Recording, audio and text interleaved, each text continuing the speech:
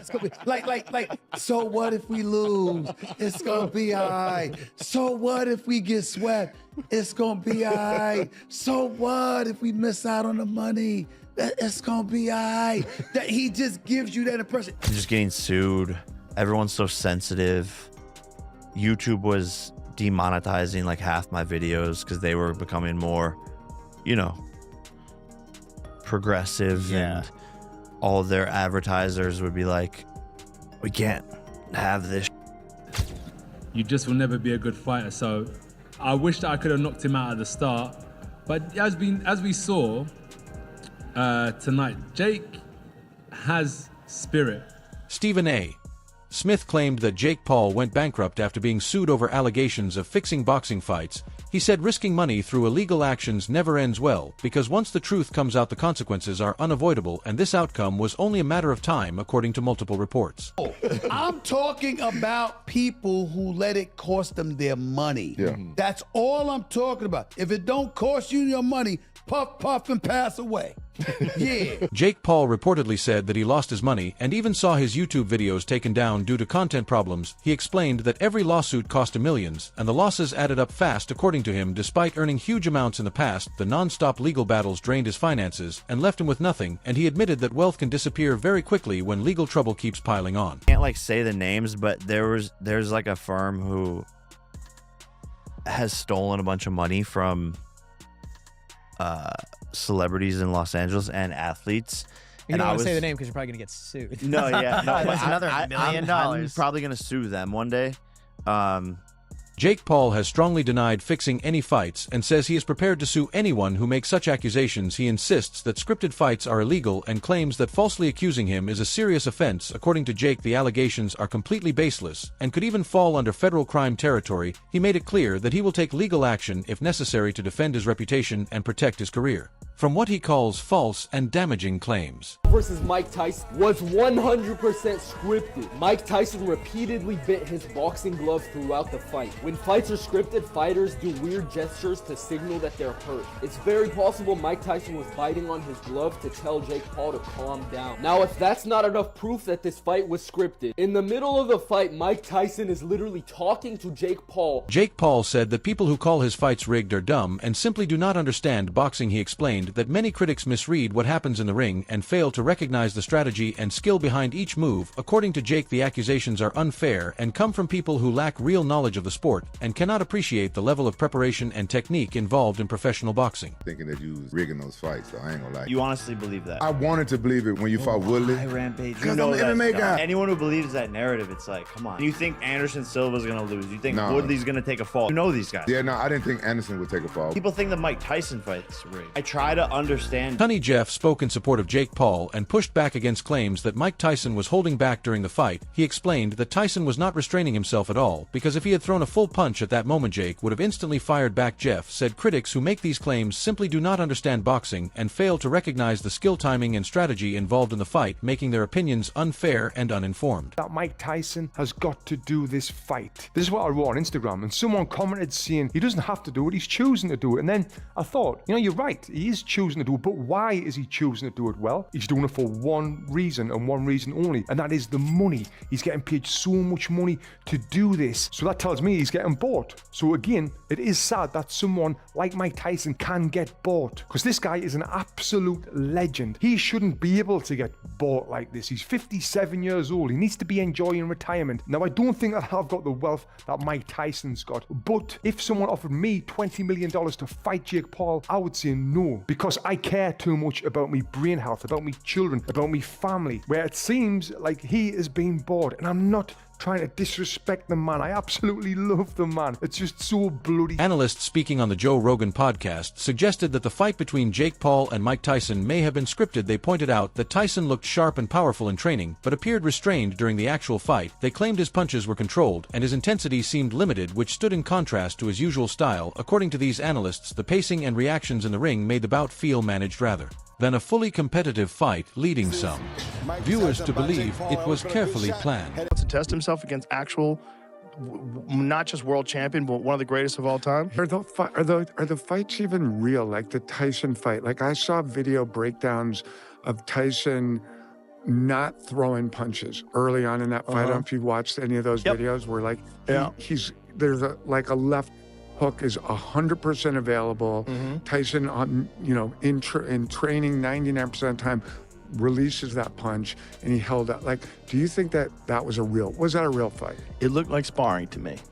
That's what it looked like. But like with an arrangement beforehand? Like, I wouldn't want to speculate because I haven't talked to anybody about it. But my educated assessment, yes. Agree. It looked like sparring. Jake Paul entered his recent bout with Anthony Joshua surrounded by rumors that he planned to tilt the fight in his favor through strategy and calculated movement inside the ring, but those intentions did not unfold as expected, and he appeared more focused on protecting himself than dictating the pace. Observers pointed out that although he showed flashes of defensive skill, his overall approach seemed cautious, which highlighted the challenge of sharing the ring with a seasoned heavyweight like Joshua. Analysts believe that despite preparation and tactical planning, the fight revealed how difficult it is to fully execute a strategy against an elite opponent, proving once again that in professional boxing, even the most carefully designed plans can unravel under real pressure. The end for him in terms of what he's doing in the boxing ring. Listen, so long as people will tune in and so long as Jake Paul is paid by Netflix or any broadcaster to air his fights, we're going to see this continue. And Jake Paul knows his business model, right? Now, this deviated, this AJ fight, which came together kind of last minute after the Tank Davis fight fell apart. But we know Jake Paul's MO here. It's find the most popular guy with the most physical disadvantages for me to fight. And Jake Paul has the benefit that he's turned himself into a villain, or in the pro wrestling circles, a heel. People tune in to watch. We did not tune into this fight to see competitive boxing. Most of us tuned in because we thought, here's Anthony Joshua. Here's a two-time unified heavyweight champion, a guy who physically just overwhelms Jake Paul. And we're finally going to get what Tyron Woodley and Anderson Silva and Nate Diaz were not physically fit, whether it be through their size, experience, or age, to do, and that is knock out Jake Paul. And so, because I don't really feel like we got that satisfying comeuppance that a lot of people have been waiting for, it kind of gives Jake Paul a little bit of mystique, I'd almost say, to still try and string this along. Now, I don't know in terms, he says he wants to be cruiserweight champion. I'm not quite sure what the competitive road there is, because let's make no mistake, the reason this fight lasted as long as it did is because Jake Paul focused exclusively on being elusive. He did his best, and kudos to him, right? He did a great job of not getting cornered.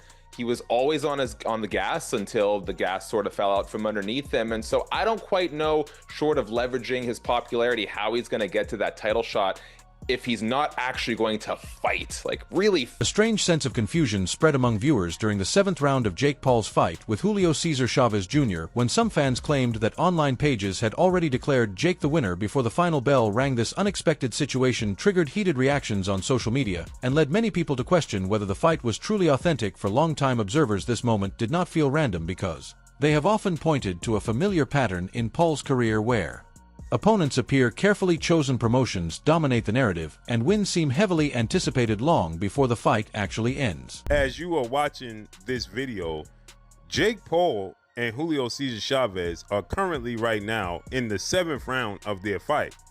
But when you go to Google and Google the fight, it gives an accurate breakdown of all their past fights.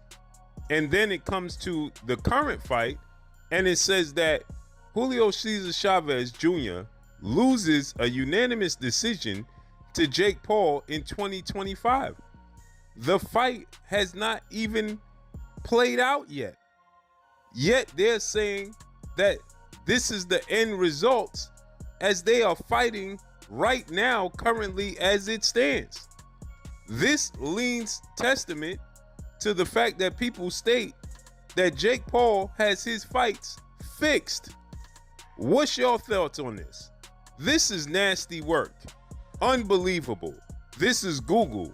Jake Paul's fight with Julio Cesar Chavez Jr. was not the first time his matchup drew heavy suspicion and debate. His fighting style and career path often sits somewhere between real competition and pure entertainment. Many fans have noticed a repeated pattern where opponents appear to be past their prime. Fights are built for maximum attention and outcomes seem structured in a way that benefits Paul. These elements have pushed people to believe that his journey in boxing is driven more by showmanship and control than by a genuine desire to test his skills against equally dangerous and evenly matched opponents. Serious news in the combat sports world. Mike Tyson versus Jake Paul, it's come out now. It was rigged. I can't believe it. You know, you have to question the validity of boxing these days when you can't trust two professionals to get in the ring and do their best against each other. And instead you find out Mike Tyson pulling his punches, not trying to hurt Jake Paul. Absolute disgrace. I thought better of them. You know, I really did. I thought that Mike Tyson, especially, Iron Mike, he was just going to go in there and knock Jake clean out. But here he is, not trying. Chael Sonnen commented on the situation, pointing out how strange it is for a boxer like Jake Paul, with only 11 professional fights, to face opponents who have extensive experience and even Olympic credentials. According to Sonnen, the reasoning behind putting a relatively inexperienced fighter in such high-stakes matches does not make sense. He suggested that many of these bouts seem designed more to create dramatic storylines and hype, rather than to provide real competitive challenges in the ring. If I'm cheering for Jake or if I think that Joshua is more experienced or better, I believe in I believe boxing's real. If boxing is an actual sport, if it is an actual sweet science, then of course a guy that's done it 11 times cannot compete with the Olympic champion. Of course. This is before you get size in there, before you get professional world titles in there. A guy that's done this 11 times cannot go into the Olympic Games and medal. If boxing, in fact, should be believed. I was with Portnoy. I liked it. I liked how he said that. So, you know, that's how I feel too. Because I'm also cheering for Jake Paul. But I get it. I know we're not going to win tonight. But that's a compliment to boxing. And it is very hard for people to digest that Anthony Joshua can't cut him off. He can't find him. He can't do anything with that reach. He can't go out there and rush him. He can't throw this kid in a corner and beat him up. That is disappointing to me. That is baffling to me. As an MMA guy, I will just share with you, that would not be a problem at all. At all. If a guy's running away from me, it would be absolutely no problem. And you can put the boundaries at the city line. You can put it at the state line. I will track him down. I will put him somewhere and I will beat the dog out of him. So in a ring, I get where that is really disappointing. I get it, but it doesn't change the fact that that's what happened. And then Joshua, by the way, has the right to turn to some other thing. Where I'm saying he ought to cut him off, grab him, throw him in the corner, go beat him up. Well, I'm saying that Joshua has the right to go, I could feel some stuff. I knew it was going to come my way, right? For Joshua to say, well, I had the experience and yeah, he was moving and yeah, I could have cut him off a little different. But I didn't mind the way this was going. I didn't mind that he was running. I knew he would slow down. I knew he would come to me eventually. Like for that to be Joshua's mindset.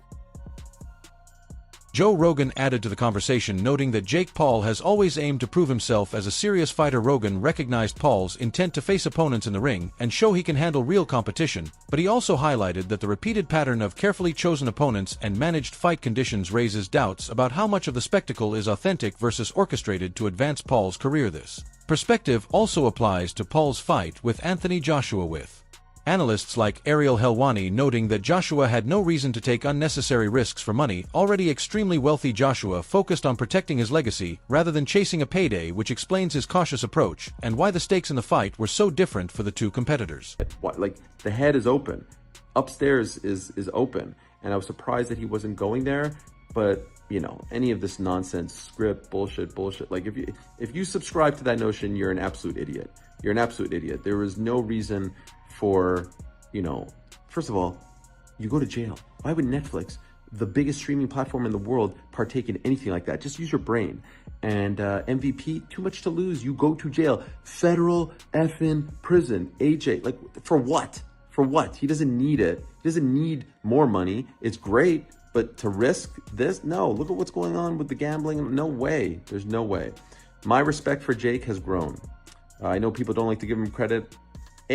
You fight amateur, influencer, pro boxing, you have my respect. I don't care what kind of fighter you are. I don't care how many wins you have. You step through those ropes, you have my respect. He lasted 6 rounds. Most didn't think he would. I think the line as far as how many rounds was 2.5.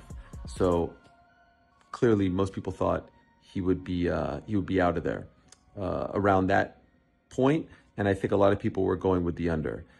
He had some moments. He had the antics. You know, obviously the takedowns and all that weren't great, but golly, I think he was tired. You know, the ring was bigger, and everyone said that that was going to benefit him, the 22 by 22 ring. But, you know, cardio has been an issue for him. And so when you're circling and dancing, you're going to get tired. You're going to gas out. And I think that happened.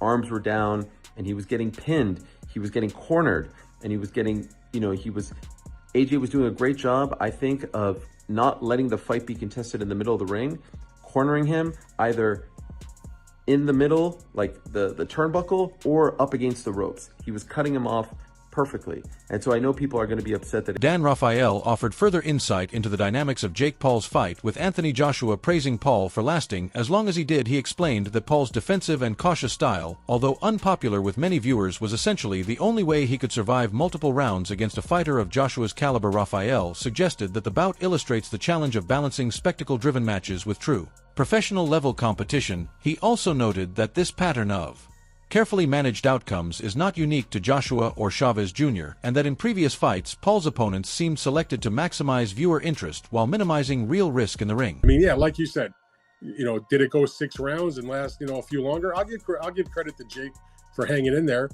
Part of it was because he employed an extremely unfriendly for fans style, but it was the only way he could do it if he wanted to survive that many rounds, which is to basically get on his bicycle and ride around the ring for a bunch of rounds and then get off his bicycle and run, you know, like a criminal at night after the cops show up. So it is what it is. I mean, it'll be the fact that it still resonated shows you the interest that there was in the fight, and certainly that knockout was a viral clip. And you know, I'll quote the great philosopher Eddie Hearn.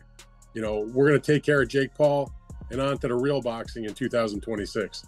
Yeah, the great philosopher. Eddie will like that. Yeah, he will. I might take that out because he'll like it too much. Look, in terms of AJ now, look, I think he's always in a no-win situation. I think unless he flattened him within 10 seconds, someone would have something to say. Whether it be before the fight and why is he doing this? Look, we know why he's doing it. Like, and it helps him, I suppose, in the US market as well in terms of coming over here and making a big splash. But do you understand where some people maybe have been a bit critical with how long it's taken, or is it the fact that you fight a guy who's that, like you mentioned there, he's a novice boxer and he's moving around the ring? Was it down to Anthony to cut him off sooner, or do you see why it went that long?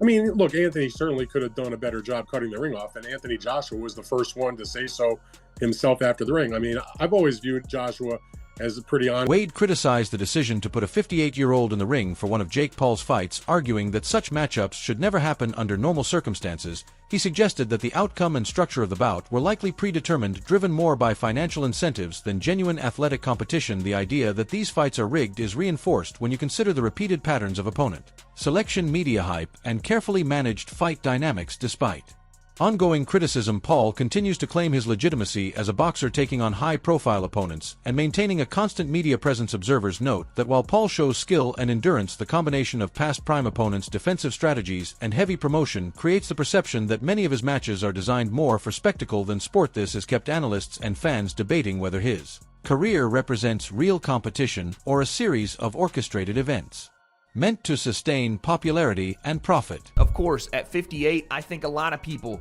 in that ring could have hurt Mike because, again, Mike did not look like he should be in a ring. But we just saw this whole experiment. We don't need a Logan and Mike Tyson fight after this. For Logan to clearly not get the joke and disrespect Mike to his face after he had just fought Jake in this amazing event, and all you can really do is give him his flowers because that's what you should do right then.